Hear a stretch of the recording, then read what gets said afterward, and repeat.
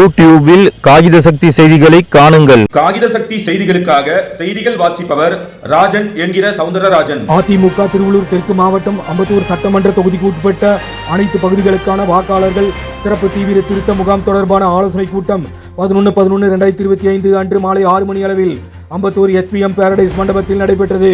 அதிமுக திருவள்ளூர் தெற்கு மாவட்ட கழக செயலாளரும் அம்பத்தூர் தொகுதி முன்னாள் சட்டமன்ற உறுப்பினருமான வி. அலெக்சாண்டர் அவர்கள் தலைமையேற்று பல்வேறு ஆலோசனைகள் வழங்கிய இக்கூட்டத்தில் அதிமுக வழக்கறிஞர் பிரிவு மாநில செயலாளரும் திருவள்ளூர் தெற்கு மாவட்ட பூத் கமிட்டி பொறுப்பாளரும் மாநிலங்களவை குழு உறுப்பினருமான வழக்கறிஞர் IS. இன்பதுரை அவர்களும் அதிமுக சிறுபான்மையினர் நலப்பிரிவு மாநில செயலாளரும் முன்னாள் அமைச்சருமான S. அப்துல் ரஹீம் அவர்களும் அதிமுக அமைப்பு செயலாளர் திருவேற்காடு ப. சீனிவாசன் அவர்களும் அதிமுக சென்னை மண்டல தகவல் தொழில்நுட்ப பிரிவு இணை செயலாளர் வி. தனஸ்ரீ அவர்களும் ஆகியோர் சிறப்பு அழைப்பாளர்களாக கலந்து கொண்டு பல்வேறு ஆலோசனைகள் வழங்கினர்.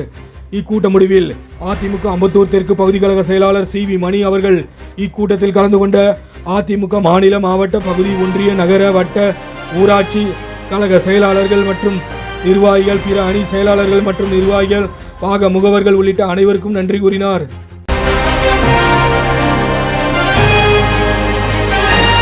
அம்பத்தூர் சட்டமன்ற தொகுதி உட்பட்ட வாக்குச்சாவடி முகவர் ஆலோசனை கூட்டத்திற்கு ஆற்றல் மிக்க செயலாளர், மாவட்ட கழக செயலாளர், முன்னாள் சட்டமன்ற உறுப்பினர் மரியாதைக்குரிய வி. அலெக்சாண்டர் அவர்களை தலைமையேற்று நடத்தி தரும்படி அன்புடன் கேட்டுக்கொண்டு அதை நான் முன்மொழிகிறேன். எங்களை எல்லாம் வாழ வைத்த இறைதெய்வ புரட்சித் தலைவி அம்மாவின் நல்லாட்சி வேணும்.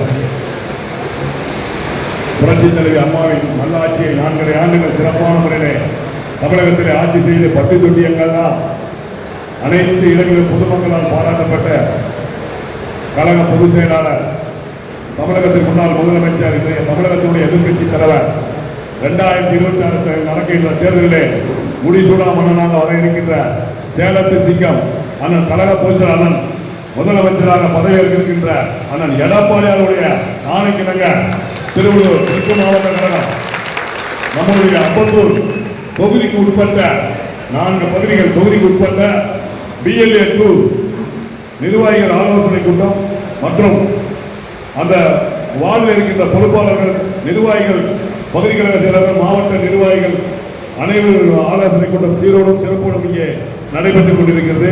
நமக்கெல்லாம் நல்ல பல கருத்துக்களை எடுத்துரைக்க வருகின்ற கழக வழக்கறிஞர் பிரிவு செயலாளர், மாநிலங்களவை உறுப்பினர், மதிப்பிற்கும் மரியாதைக்குரிய அண்ணன் IS. இன்பதுரை அண்ணன் அவர்களே, அதேபோல் நல்ல கருத்துக்களை எடுத்துரைத்து வருகின்ற கழக சிறுபான்மை பிரிவு செயலாளரும் முன்னாள் அமைச்சருமான அண்ணன் S. அப்துல் ரஹீம் அண்ணன் அவர்களே, அதேபோல் இங்கே வருகிறது சிறப்பித்துக் கொண்டிருக்கக்கூடிய சென்னை மண்டல தகவல் தொழில்நுட்ப பிரிவினுடைய இணை செயலாளர், நம்முடைய மாவட்டத்திற்கு வருகிற பொறுப்பாளருமான அருமை சகோதரி வி. தனஸ்ரீ அவர்களே, அதேபோல் இங்கே வருகிறது சிறப்பித்துக் கொண்டிருக்கக்கூடிய தென் சென்னை வடக்கு கிழக்கு மாவட்ட தகவல் தொழில்நுட்ப பிரிவினுடைய இணை செயலாளர், நம்ம மாவட்டத்தினுடைய பொறுப்பாளர் அருமை சகோதரர் MGS சரவணராஜ் அவர்களே, அதேபோல் தென் சென்னை வடகிழக்கு மாவட்ட தகவல் பிரிவினுடைய இணை செயலாளர், நம்ம மாவட்டத்தினுடைய பொறுப்பாளர் அருமை சகோதரர் சேப்பாக்கம் ஸ்ரீ என்ற R. ஸ்ரீகாந்த் அவர்களே,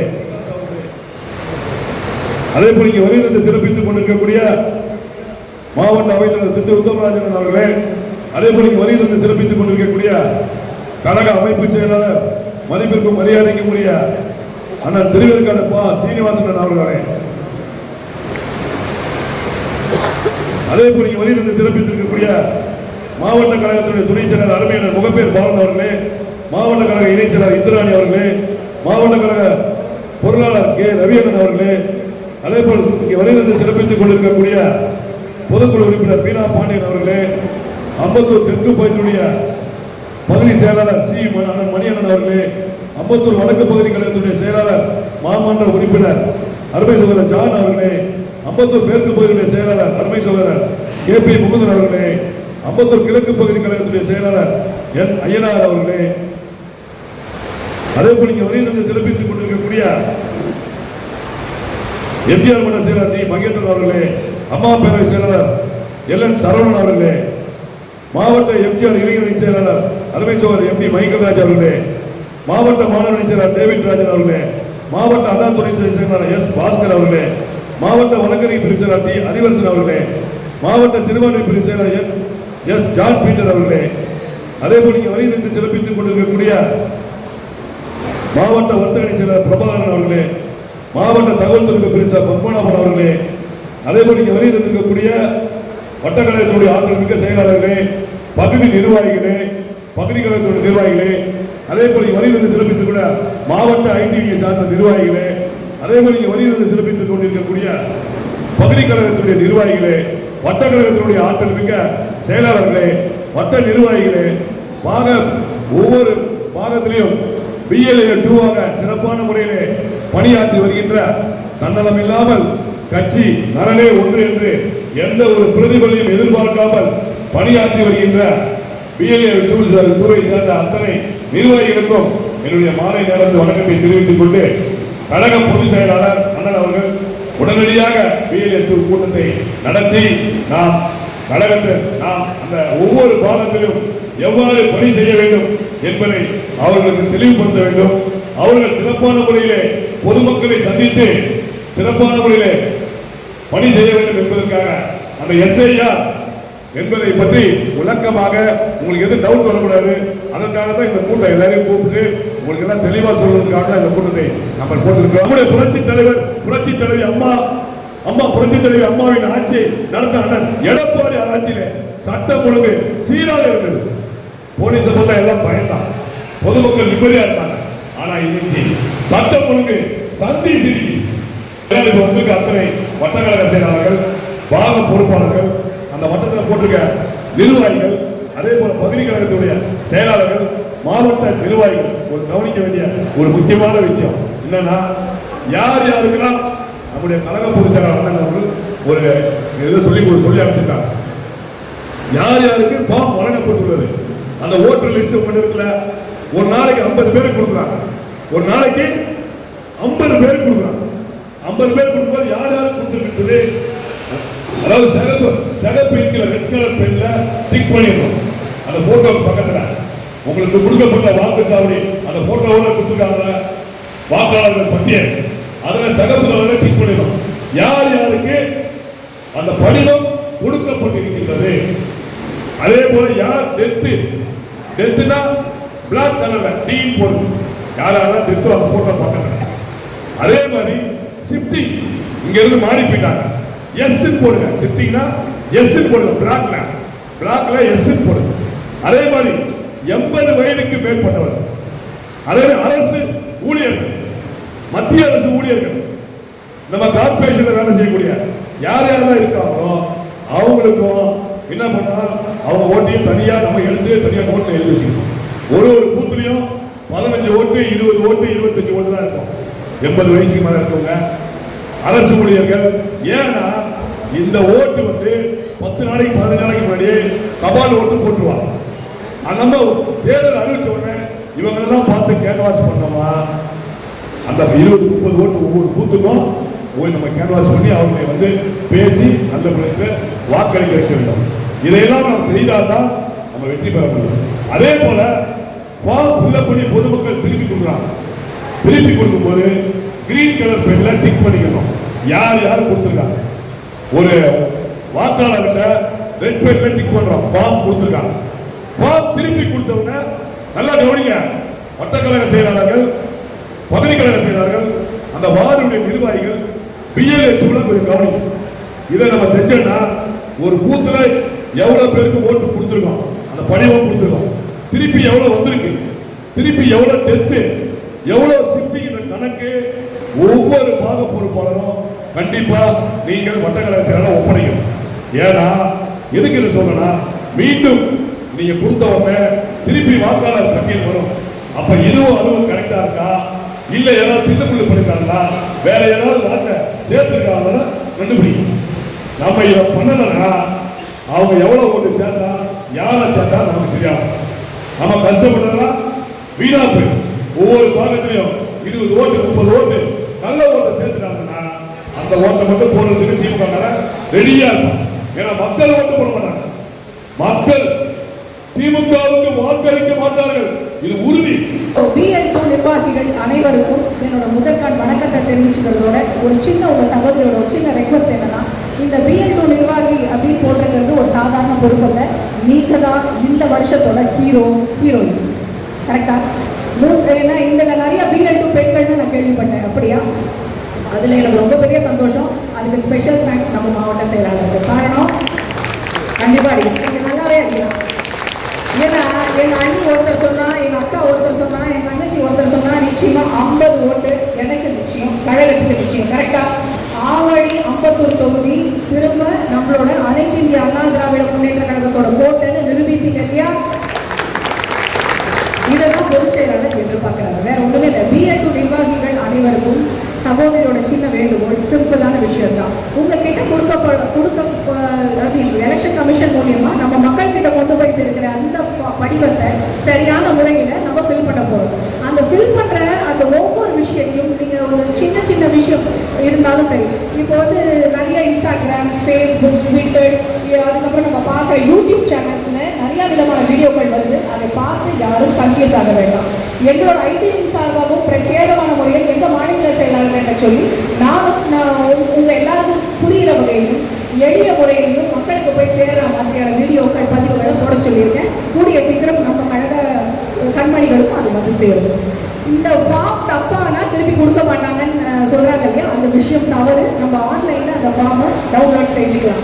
இதை தவிர BL2 நிர்வாகிகள் ஏற்கனவே போட்டுட்டாங்கன்னு நினைக்கிறேன். ஏன்னா ஏற்கனவே பொறுப்புகள் போடப்பட்டிருக்கிறது. போட்டிருந்தாலும் போடலைனாலும் சீக்கிரமாக அதை வந்து நிரப்பிடுங்க. அப்படி இல்லைனாலும் கழக முன்னோடிகளுக்கும் கழக மூத்தவர்களுக்கும் தயவு செஞ்சு அந்தந்த வட்ட செயலாளர்களுக்கும் பகுதி கழக தலைவர்களுக்கும் என்னோட சிறிய வேண்டுகோள், உங்களோட அந்தந்த பாகத்தில் அந்தந்த பொறுப்பில் இருக்கிற கழக மூத்தவர்களுக்கும் முன்னோடிகளுக்கும் முன்னுரிமை கொடுங்க.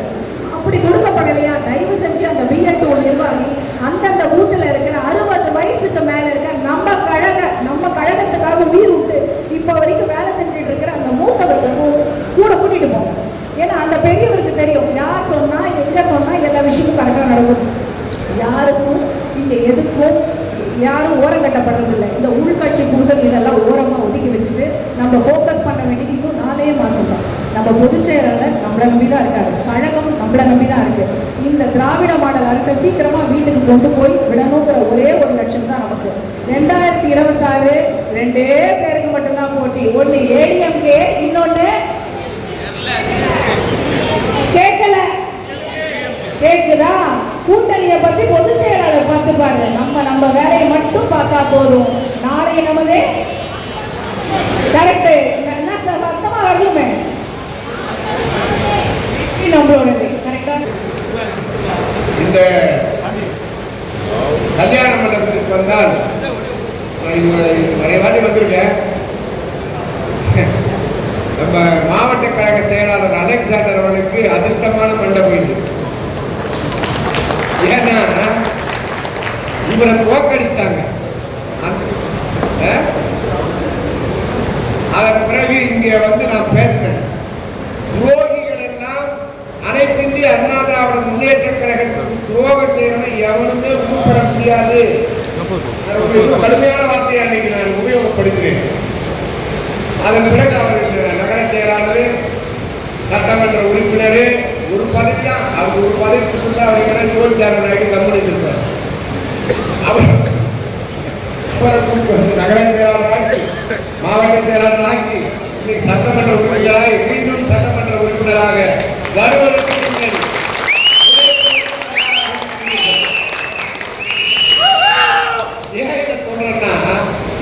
புரட்சித் தலைவர் எம்ஜிஆர் அவர்கள் இந்த இயக்கத்தை ஆரம்பிக்கப்பட்ட பொழுது அவர் பார்த்து ஜாதகம் எழுதுற ஜாதகம் அப்படி. இந்த இயக்கத்திற்கு யார் யார் துரோகம் பண்றாங்களோ பவரா இருக்கிற மாதிரி தெரியும். தப்பு பீஸ் போயிடும். இதற்கு பல உதாரணங்கள் உண்டு. நான் எம்ஜிஆர் காலத்திலிருந்து நான் இருக்கிறேன், புரட்சித் தலைவர் அம்மா அவர்களோடு இருக்கிறேன், எல்லாம் சொல்லலாம். ஆனா புரட்சித் தலைவர் எம்ஜிஆர் அவர்கள் போட்ட ஜாதகம் தன்னை விட இந்த இயக்கம் மேல் என்று யார் கருதுகின்றார்களோ அவர்கள் தான் இந்த இயக்கத்தை வழிநடத்தக்கூடிய ஆற்றல் பெற்றவர்களாக வருவார்கள். அந்த ஆற்றல் இன்றைக்கு தன்னை விட கழகம் பெரிதென்று தன்னை முழுமையாக அர்ப்பணித்துக் கொண்டிருக்கின்ற கழக பொதுச் செயலாளர்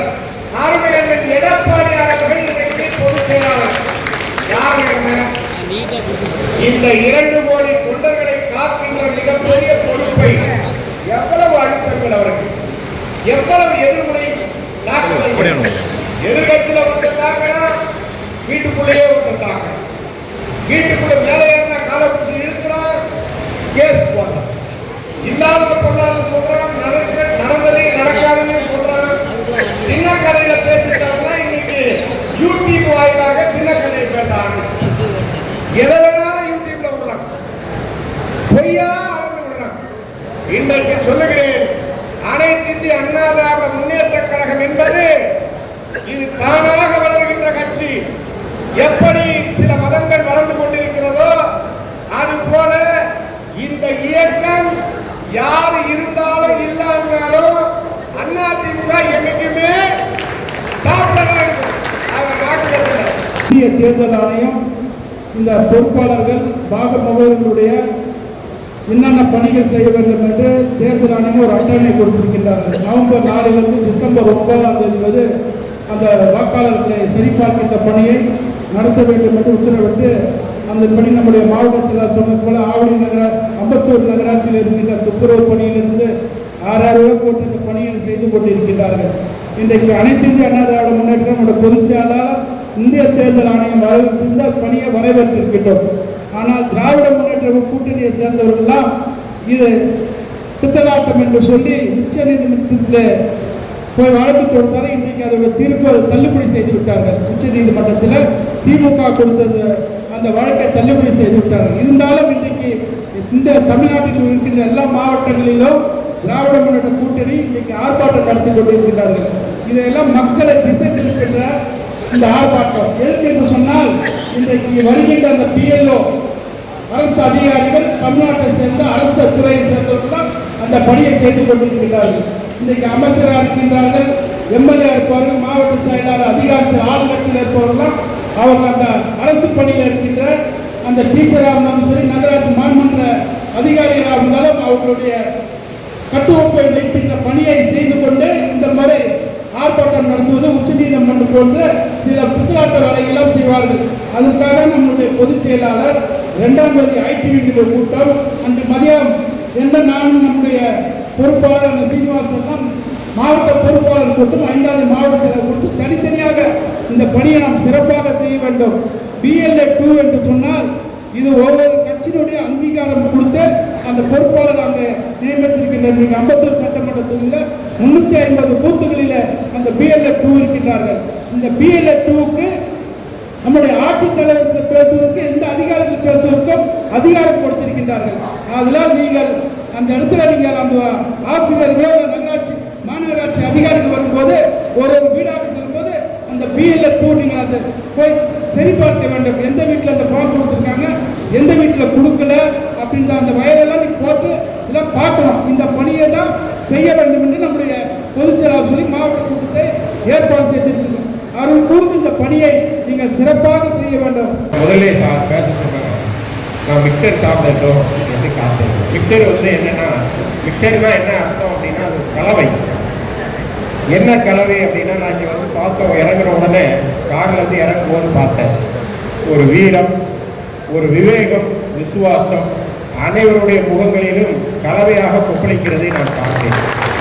நான் மனதிற்குள்ளே சொல்லிக்கொண்டேன், இந்த பணியை ஏறி வருகிற போது நிச்சயமாக நான் எடப்பாடியார் அரியணையிலே ஏறுகிற நாள் வந்து கொண்டிருக்கிறது என்பதற்கு இந்த கூட்டம் எதற்காக இந்த கூட்டத்தை நடத்தி கொண்டிருக்கிறோம் என்றால், வருகிற தேர்தலிலே அது நமக்கு ஒரு மிக முக்கியமான ஒரு தேர்தல்.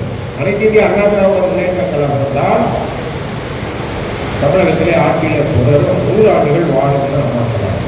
நம்ம அதிமுக வேஷ்டி கட்டியிருக்கிறோம். மோதிரங்களில் நம்ம அணிந்திருக்கிற ஆபரணங்களில் புரட்சித் தலைவருடைய உருவத்தையும் புரட்சித் தலைவர் அம்மா உருவத்தையும் இருக்கிறோம். நம்ம வீட்டில் புகைப்படங்களில் 2 பேரும் தெய்வமாக இருக்கிறோம். நம்முடைய ரத்தத்திலே அதிமுக இந்த வெள்ளை அணுக்களும் சிவப்பு அணுக்களும் இருப்பது உண்மையானால் அண்ணன் எடப்பாடியாரை அரியணையிலே அமர்த்துவது நம்முடைய ஆத்ம கடமை. அவ்வாறு அமர்த்துவதற்கு தேர்தலில் ஒரு வியூகம் அமைக்க வேண்டும். தேர்தல் என்றால் தற்போது ஒரு பொய்க்கும், ஒரு புரட்டுக்கும், ஒரு ஏமாற்றுக்காரனுக்கும், ஒரு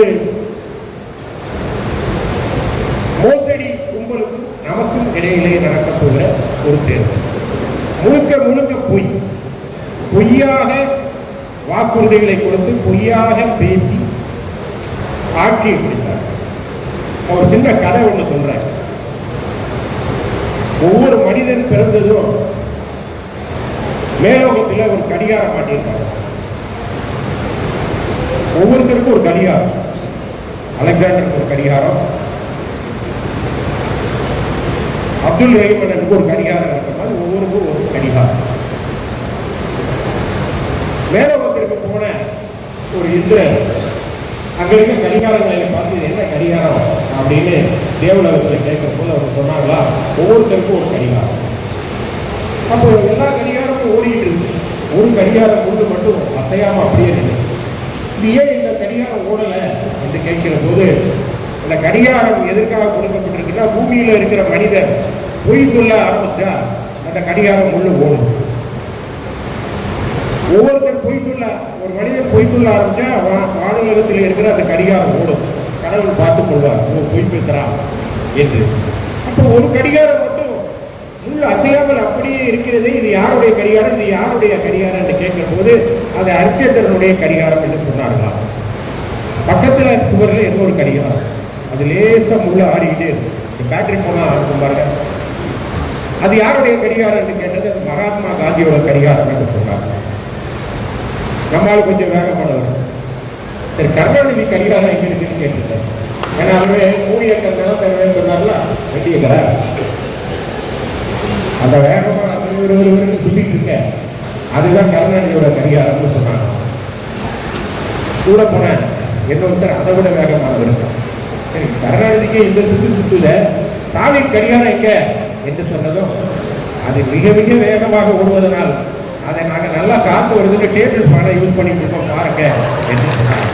அவ்வளோ போய் நீட் தேர்வின் ரகசியம் தெரியும், நீட்டை ரத்து செய்வேன் சொன்னார். கல்வி கடனை ரத்து செய்வேன் சொன்னார், சிலிண்டர் மானியம் தருவேன் சொன்னார். அது மட்டுமல்லாமல் நகைக்கடன் ரத்து, மின் கட்டணத்தை மாதத்திற்கு ஒரு முறை கணக்கெடுப்பேன் சொன்னார். இன்னும் 521 வாக்குறுதிகள், அதுல 10% கூட நிறைவேற்றல. அப்படிப்பட்ட ஒரு போர் கொண்டி அரசு இந்த அரசு. அப்படிப்பட்டவரோடு நாம் போரிட்டு. அப்ப தேர்தலில் வாக்குச்சாவடியை திருத்தணும். இப்ப என்ன சார்னா என்ன, ஸ்பெஷல் இன்டென்சிவ் ரிவிஷன், அதாவது சிறப்பு தீவிர திருத்தம். அது ஏன் இப்ப வருது அப்படின்னு ஏதோ இதுவரை நடக்காத மாதிரி அவங்க பேசுறாங்க. அப்படி இல்லை, இதுவரை இந்தியா சுதந்திர இந்தியாவில் 8 முறை நடத்தியிருக்காங்க. நம்முடைய தமிழ்நாட்டில் கூட 2004 இருந்து 2002 இருந்து 2004 வரை நடந்தது. இப்பொழுது அப்பெல்லாம் பிஎல்ஓ பிஎல்ஏ கிடையாது. அப்படின்னா என்னென்ன சைக்கிள் மாதிரி இருக்கு, பிஎஸ்ஏ சைக்கிள் மாதிரி புதுசாக சொல்றீங்களே அப்படின்னு நிறைய பேர் உங்கள்கிட்ட கேட்பாங்க. உங்களுக்கு தெரியும், பிஎல்ஏனா பிஎல்ஓனா officer, booth level officer. BLA 2 அப்படின்னா நம்ம கட்சி சார்பில் பூத்தில் இருக்கோம், உங்களுக்கு தெரியும். இவங்களை வச்சு ஏற்கனவே நம்ம பல நாள் சொல்லிக்கிட்டே இருக்கோமே, 2 இரட்டை வாக்குகள், போலி வாக்குகள், குடிபெயர்ந்தவர்கள், இறந்தவர்களை நீக்கணும்னு நம்ம பல காலமா சொல்லிட்டு இருக்கோம். நம்ம மட்டும் சொல்லல, திராவிட முன்னேற்ற கழகமும் நாம் ஆட்சியில் இருக்கும்போது அவங்க பல வழக்குகளை சென்னை உயர்நீதிமன்றத்தில் போட்டாங்க. சமீபத்தில் நீங்க எல்லாம் பார்த்துருக்கீங்க, நானும் அண்ணன் ஜெயக்குமாரும் தேர்தல் ஆணையத்திற்கு போனோம். அதை உள்ள கொண்டு படம் எடுத்து காமிக்கிறாங்க, உள்ள என்ன நடந்தது உங்களுக்கு தெரியாது. அப்ப அங்க வந்து ஆர்எஸ் பாரதி என்ன சொன்னார்னா, நாங்கள் சாலை, அதாவது சிறப்பு தீவிர திருத்தத்தை நாங்கள் ஆதரிக்கிறோம் சொன்னார். ஆனால் தற்போது அதுக்கான நேரம் இல்லை, ரொம்ப குறுகிய காலம் சொல்றாரு. எதற்காக அப்படி சொல்றாருன்னா, இந்த இரட்டை வாக்குகளை நீக்கிட்டா, செத்து போனவங்களை நீக்கிட்டா, இடம்பெயர்ந்தவர்களை நீக்கிட்டா திராவிட முன்னேற்ற கழகம் ஒரு நாள் ஆட்சிக்கே வராது, ஜெயிக்கவே முடியாது. அதை வச்சுதான் அவங்க இவ்வளவு நாள் ஜெயிச்சுட்டு இருக்காங்க. அப்படியே அவங்க ஏன் கத்துறாங்க, இது வேண்டாம், இது மோடி கொண்டு வந்து ஏமாற்று என்று ஏன் சொல்லுகிறார்கள் என்றால், நீங்க ராத்திரியில திருட வருவோம், ஒரு வீட்டில் திருடனுக்கு முயற்சி பண்ணணும், அந்த வீட்டில் ரொம்ப திருடன் கத்துறோன்னு நம்மளாம் லைட்டை போட்டு ஜன்னலை திறந்து கதவை திறந்து வெளியே வந்து பார்த்தா அந்த திருடனும் திருடன் கத்திக்கிட்டே ஓடுவான். ஏன்னா அவனை நம்ம பிடிச்சிடக்கூடாதுன்னு. அவனும் திருடன் தான் தேடுறான் போல நினைச்சா எங்க ஓடுறான் அப்படின்னா அவன் இந்த பக்கமா கையை காமிச்சிட்டு வலது பக்கமா கையை காமிச்சு இடது பக்கமா ஓடிடுவான். அப்படிதான் திராவிட முன்னேற்ற கழகம். இன்னைக்கு அந்த வழக்கு உச்ச நீதிமன்றத்தில் வந்துச்சு. திராவிட முன்னேற்ற கழகம் இந்த திருத்தம் தேவையில்லைன்னு வழக்கு போட்டிருக்காங்க. அப்போ நீதிமன்றத்தில் வந்து என்ன சொல்லணும்? எங்களுக்கு இது தேவையில்லைன்னு சொல்லணும். நீதிபதி கேட்டாரு, ஏதோ புதுசா நடக்கிற மாதிரி சொல்றீங்களே, இது புதுசாவா நடக்குது?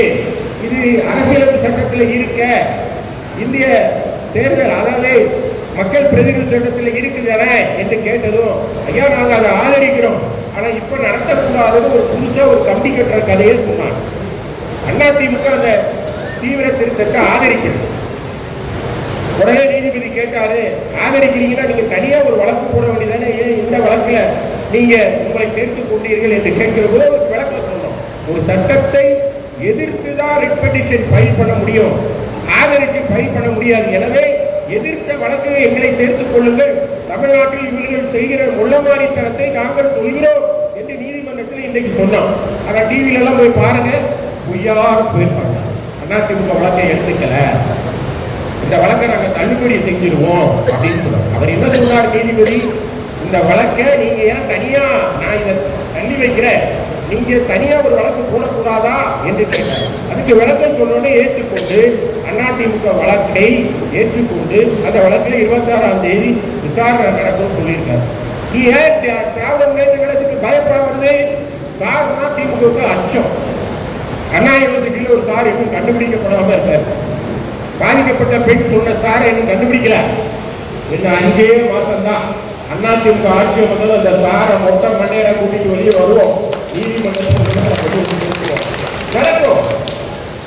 அந்த சார் அண்ணா பேர்ல பல்கலைக்கழகம் கேட்கிறான், அதிமுக என்னடா அண்ணா பேரு, அண்ணா ஏடா பேர் வச்சிருக்கீங்கன்னு கேட்கிறான். அண்ணா யூனிவர்சிட்டியில பெரிய முள்ளமாரித்தனம் பண்ணிட்டு நீங்க பேசலாமா? ஆனா அண்ணாவுக்கு சொந்தமானவர்கள். அண்ணா சொன்னாரு, வாரிசு உரிமை என்பது, வாரிசு அரசியல் என்பது காட்டு ராஜாங்கம்னு சொன்னார். நீ நடத்தலாமா? அண்ணாவுக்காக பெரியாருக்காக அண்ணா விட்டு வைத்திருந்த அந்த தலைவர் பதவி கருணாநிதி கபலீகரம் பண்ணாரு. நீ பேசலாமா? அண்ணா யூனிவர்சிட்டி பேர் அந்த அண்ணா சமாதியில அண்ணாவுடைய அந்த அண்ணா யூனிவர்சிட்டியில படிக்கிற பெண் கதறி அழுது கதறும் போது பேரறிஞர் அண்ணா நம்மையெல்லாம் ஆளாக்கிய அண்ணா பெரியார் கடற்கரையிலே படுத்திருக்கிறார். கல்லறையில் அவர் புரண்டு படுக்க மாட்டாரா? எந்த ஒரு பெண் நள்ளிரவில் தன்னந்தனியாய் நடந்து செல்கிறாளோ அன்றைக்குத்தான் உண்மையான சுதந்திரம் அடைந்ததாக நான் கொள்வேன் என்று சொன்னாரே காந்தி. அந்த காந்தி மண்டபம் அண்ணா யூனிவர்சிட்டிக்கு எதிர்த்தாப்புலதானே இருக்கு. அப்ப அந்த காந்திக்கு தன் கையில் உள்ள தடியை எடுத்து திராவிட முன்னேற்ற கழக அரசை கொட்டியிருப்பாரா மாட்டாரா? அப்படிப்பட்ட அரசை அனுப்ப வேண்டும் பொறுப்பு நமக்கு. புரட்சி தலைவர் அம்மா நமக்கு இந்த கட்டளை இந்த அரசு நீடிக்க வேண்டும். தனது உணவுக்கு முடியாத நிலையில கூட தமிழ்நாடு சுற்றி சுற்றி வந்து ஆட்சி அமைத்து கொடுத்தார். அதனாலதான் 2016 நான் சட்டமன்ற இவரும் சட்டமன்றம் கொடுத்தார். அந்த ஆட்சியை மீண்டும் தமிழகத்திலே கொண்டு வர வேண்டும் என்பதற்காகத்தான் நாம் தேர்தல் களப்பணியாக கொண்டிருக்கிறோம். அந்த களப்பணியில வெற்றி பெற வேண்டுமானால் இது போன்ற கபடி சூதுகளுக்கு எதிராக நடக்கிற யுத்தத்திலே நம்ம ஈடுபடுத்திக் கொள்ள வேண்டும். எனவே DLA 2 என்பவர் அதை பகுதிக்கு சென்று அங்க இருக்கிற வாக்காளர் பட்டியலிலே வேற மாறி சென்றவர்களை அவர்களை எந்த பகுதிக்கு சென்றிருக்காரோ அந்த பகுதியிலே சேர்த்துவிட்டு இறந்தவர்களுடைய பெயர் பட்டியலை கொடுத்து ஒரு வாக்குப்பட்டியல் சுத்தமானதாக இருந்தால் அதிமுக வெற்றி பெறுவதை எந்த கொம்பராலும் தடுக்க முடியாது. எனவேதான் திராவிட முன்னேற்ற கழகம் அதை மீண்டும் மீண்டும் வலியுறுத்தி ஐயையோ தவறு நடந்துவிடுமோ, ஆட்சியை விட்டு போய்விடுமோ என்று சொல்கிறார். இந்த ஆட்சி போய்விடும் என்று நம்மளாம் நம்புறோம், பொதுமக்கள் தயாராக இருக்காங்க. ஆனா திராவிட முன்னேற்ற கழகத்தில் ஒருத்தருக்கு தெரிஞ்சிருக்கு. யார் தெரியுமா? அவரு அண்ணன் துரைமுருகன். அவருக்கு முதல்ல தெரிஞ்சிருக்கு. எனவேதான் அவர் சுருதி பேதமாக பேச ஆரம்பிச்சிருக்கிறார். அவர் என்ன சொல்லியிருக்காரு அப்படின்னா, உதயநிதி ஸ்டாலின் ராஜேந்திர சோழனாக இருப்பார் என்று சொல்றார். நம்ம எல்லாம் சொல்லியிருக்கோம், இது வாரிசு அரசியலா, இதெல்லாம் சோழ சாம்ராஜ்யமா நம்ம சொல்லிட்டு இருந்தோம். அவரு நம்ம இங்கிருந்து சொல்றோம், அவர் ஸ்டாலின் பக்கத்துல உட்கார்ந்து சொல்லிட்டார். அவர் தான் மனுஷன், எவ்வளவு தைரியசாலி பாருங்க. அவர் சொல்றாரு, இது சோழ சாம்ராஜ்யம், சுந்தர சோழனுக்கு பிறகு ராஜராஜ சோழன், ராஜராஜ சோழனுக்கு பிறகு ராஜேந்திர சோழன் என்று நம்மெல்லாம் அதிமுக மேடையில் இருந்து சொல்றோம், டிவியில பேசுறோம். ஆனா ஸ்டாலின் பக்கத்திலே ஒருத்தர் உட்கார்ந்து சொல்றாருன்னா அவர் துரைமுருகன். அந்த ஆண்மை வேறு யாருக்கும் வராது. நான் துரைமுருகனை மனமாற பாராட்டுகிறேன். ஏன்னா வளர்ப்பு துரைமுருகனை யார் வளர்த்தா தெரியுமா? நம்முடைய புரட்சித் தலைவர் எம்ஜிஆர். அவர் தான் அவரை படிக்க வச்சார். புரட்சித் தலைவர் எம்ஜிஆர் தான் படிக்க வச்சார். அண்ணாவினுடைய வளர்ப்பு புரட்சித் தலைவர் அவரை படிக்க வைத்தார். எனவே துரைமுருகன் அவ்வாறு பேசியதை நான் வரவேற்கிறேன். துரைமுருகனுக்கு தெரிந்திருக்கிறது. ஏன்னா அவர் திராவிட இயக்கத்திலிருந்து வந்தவர். இந்த ஆட்சி கபட ஆட்சி, இந்த ஆட்சி சென்றுவிடும் என்று தெரிந்திருக்கிறார். எனவே அண்ணன் துரைமுருகனை நான் வாழ்த்தி அந்த அரசு வீட்டுக்கு அனுப்பிவிட்டு, இந்த அரசை வீட்டுக்கு அனுப்பிவிட்டு புரட்சித் தலைவி அம்மா அவர்கள் பெயரை சொல்கிற புரட்சித் தலைவரின் புகழ் பாடுகிற அண்ணன் தலைமையிலான அரசை அமைப்பதற்கு இங்கே எத்தனை உத்வேகத்தோடு, எத்தனை வீரத்தோடு, எத்தனை விசுவாசத்தோடு மிக்சர் என்று சொல்லப்படுகிற கலையாக நீங்கள் அத்தனை உணர்ச்சிகளை கொண்டு வந்திருக்கிறீர்களோ, இந்த உணர்ச்சியை நெஞ்சிலே தேக்கி தேர்தல் அன்று முடியும் வரை கண்டுற்றாமல் பணியாற்றி முதல் வெற்றி செய்தி திருவள்ளூர் தெற்கு மாவட்டத்திலிருந்து வந்துருச்சு. எப்படி தெரியுமா? உங்கள் முன்பாக கடந்த 3 வருஷம் பேசிக்கிட்டே இருக்கேன். இறைவன் பார்த்தான், எடப்பாடியாரிடம் பேசினான். எனவே இங்கு 2 தொகுதி இருக்கு. எனவே நாடாளுமன்ற உறுப்பினராக செல்ல என்று உங்களில் ஒருவனாக இருக்கிற என்னை முதலிலே அனுப்பி கொடுத்தார். வெற்றி திருவள்ளூர் தெற்கு மாவட்டத்திற்கு கிடைக்கும். இங்கிருந்தால் வெற்றி செய்தி முதலில் வரும். 2 தொகுதிகளிலும் அனைத்து இந்திய அண்ணா திராவிட முன்னேற்ற கழகம் கொடிகட்டும். வெற்றி செய்தி இங்கிருந்து வரும். செஞ்சார்ஜி கொண்டையிலே அனைத்து இந்திய அண்ணா திராவிட முன்னேற்ற கழகத்தினுடைய கொடி ஏறுகிற நாள் வருகிறது. அண்ணன் எடப்பாடியார் முதல்வராக அமர்வார். அதுவரை கண்முஞ்சாமல் நாம் பாடுபடுவோம். நம் இதயத்திலே எரிகிற தீபத்தை, நெஞ்சங்களிலே எரிகிற தீபத்தை ஏற்றி வைத்து புரட்சித் தலைவி அம்மாவுடைய சமாதியிலும் புரட்சித் தலைவருடைய நினைவிடத்திலும் நாம் வெற்றி மலர்களை சமர்ப்பிக்கும் வரை உறங்கக்கூடாது, ஓயக்கூடாது என்று கேட்டு விடைபெறுகிறேன். நன்றி, வணக்கம். அம்பத்தூர் தெற்கு பகுதி கழகத்தினுடைய செயலாளர் அறிஞர் ஸ்ரீ மணியன் அவர்கள் இப்போது வந்து